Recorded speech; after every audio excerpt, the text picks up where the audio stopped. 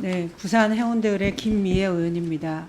정치 혐오증이 늘어나는 국민께 희망을 드리는 국회가 되길 바라며 김태현 국민연금공단 이사장께 질의합니다. 표를 한번 보시죠.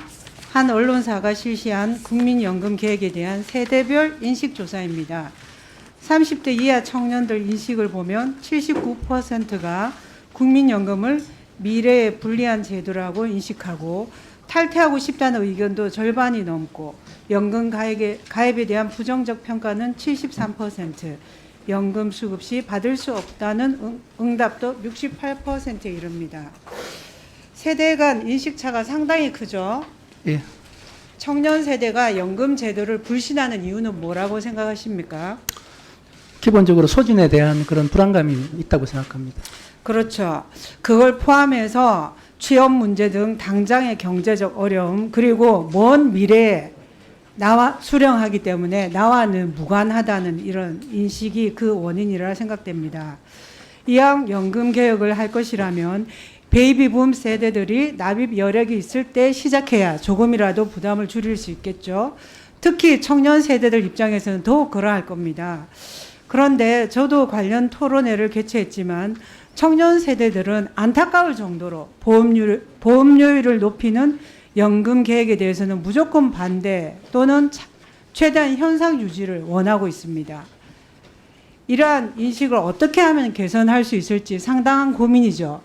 이사장께서는 어떻게 생각하십니까? 그 말씀하신 대로 보험료를 올림에도 불구하고 자기가 받을 수 없다고 생각하면 그 올리는 데 대한 그런 부정적인 생각이 많을 건데, 여하튼 그런 그 연금의 지속 가능성, 이런 젊은 층도 받을 수 있다는 신뢰를 주는 것이 중요하다고 생각합니다. 세대 간, 계층 간 갈등이 이보다 심한 분야가 드물 겁니다. 그래서 더더욱 힘들었고 지난 정부들에서 쉽지 않았습니다. 말만 개혁하겠다고 했지만 제대로 되지 않았죠. 그런데 이렇게 청년 세대들의 불신이 높은데 청년 세대들 의견을 최대한 반영해야 되지 않겠습니까? 예.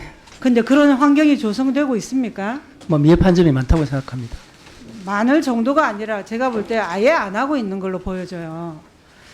국회 연금개혁특위를 비롯해서 민간 자문위, 재정계산위 등 연금개혁 관련 6개 위원회 구성원이 총 96명인데 이 중에 2030 세대가 있습니까? 없는 것으로 알고 있습니다. 그렇죠. 국민연금심의위원회의 지역가입 대표자 38세 변호사 1명입니다. 청년들의 동의 없이 연금 계획이 가능하겠습니까? 동의가 필요하다고 생각합니다. 예. 그래서 제가 지금 연금 계획 특위에서도 같은 주장을 했지만 여전히 달라지진 않고 있어요. 아까 인사 말씀하실 때도 청년들과 소통하는 노력을 계속하고 홍보를 하시겠다고 하지만 여전히 현장에서는 실질적인 변화가 없습니다. 그래서 더욱 적극적으로 하셔야 됩니다. 아시겠죠? 예, 유념하겠습니다. 예. 그러면 지금 공단에서 청년들과 소통한 게 딱 한 번인 것 같아요. 지난 4월에. 그렇죠? 예, 뭐 실질적으로는 저희들이 뭐 여러 가지 찾아가는 서비스 뭐 그 교육해가지고 여러 군데 많이 나가고는 있습니다. 사실은. 근데 전화 이렇게 명시적으로 이렇게 한 거는 뭐 드뭅니다. 그래서 그 정도로는 부족하고 반드시 연금 개혁 논의에 있어서 청년층이 참여할 수 있도록 참여권을 보장하셔야 됩니다. 예. 아시겠죠? 잘 알겠습니다. 그다음 연금 개혁의 방향성에 대해서 질의합니다. 지난달 재정계산위는 보험료율을 12%, 15%, 18%까지 상향하는 방안을 발표한 바 있고 공청회에서 지적된 내용 등을 반영해서 위원회 최종안을 정부에 전달하면 복지부가 이달 말에 정부안을 내놓을 예정입니다. 그렇죠? 예, 그렇습니다. 근데 많은 국민들의 관심사는 아시다시피 얼마를 더 낼지, 얼마를 더 또는 덜 받게 될지 이런 거 아니겠습니까? 예, 예. 이른바 보험료율과 소득 대체율을 조정하는 모수개혁인데 모수개혁만으로는 우리 연금 제도가 갖고 있는 근본적 문제 해결에는 한계가 있죠. 예, 모수개혁과 구조개혁이 병행될 필요는 있습니다만, 뭐 우선순위에 대해서는 적절한 정책적인 판단이 필요하다고 생각합니다. 이사장께서는 그 정책적 판단을 어떻게 보고 계십니까? 여하튼 지금 당면한 문제가 그 소진의 문제를 어떻게 해결할 건가, 국민연금의 신뢰를 어떻게 확보해서 앞으로 보험료를 낼 젊은이들을 설득할 수 있을 것인가에 대한 그런 점에 주안점을 두고 그런 개혁의 방안이 성안되어야 된다고 생각합니다. 모수 개혁만으로는 한계가 있는 것은 국회 연금개혁특위 논의에서도 여야 간 이미 공감대를 이루었습니다. 우리는 다층 노후소득 보장 체계로 이루어져 있는데 노후소득 보장이라는 연금 목적을 달성하기 위해서는 기초연금, 퇴직연금 등을 포함한 구조 전반을 개선하는 구조적 개혁이 반드시 병행되어야 된다는 겁니다. 그래야 미래 세대의 부담을 줄이면서 지속 가능한 연금 제도를 운영할 수 있죠. 그런데 구조개혁 역시 고려할 사항이 너무나 많습니다. 그렇죠? 그렇습니다. 사실 국회 연금특위 민간자문위에서조차도 이견 차이로 합의에 이르지 못했습니다. 그만큼 쉽지 않은 겁니다. 이사장님, 이러한 구조개혁 중심의 연금개혁 방향성에 대해서는 어떻게 생각하나요?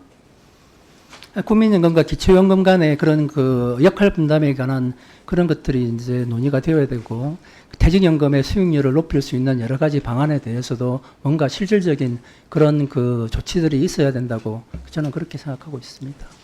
예. 이사장님이 현재 논의되고 있는 국민연금 계획에서 모수 개혁과 구조적 개혁에 중요한 게 뭐라고 생각하십니까? 저희들 최근에 나온 거는 기금 수익률 제고를 해야 된다는 저는 그런 부담감을 그렇죠. 가지고 있습니다. 예. 맞습니다. 연금 수익률. 이 표에서 보다시피 수익률이 지금 기본 가정이 4.5%인데 1%만 높여도 기금 소진 시점을 5년가량 늦출 수 있습니다. 그렇죠? 예, 그렇습니다. 수익률이 연금 재정에 미치는 영향이 어느 정도입니까? 말씀하셨듯이 이제 저희들이 1%로 올리면 5년 이상 그런 소진율을 늦출 수 있기 때문에 그런 부분이 연금의 지속 가능성을 높이는 데 기여할 거라고 생각합니다. 지금 우리나라의 운용 수익률을 보면 해외 주요 연기금하고 장기 수익률 측면에서는 크게 뒤지지 않는 것으로 보여집니다. 그렇죠? 예, 그렇습니다. 작년에는 글로벌 통화 긴축과 러시아 우크라이나 전쟁 등으로 마이너스 8.22%인데 올 상반기에는 9.09%로 좀 높게 수익률이 달성됐습니다.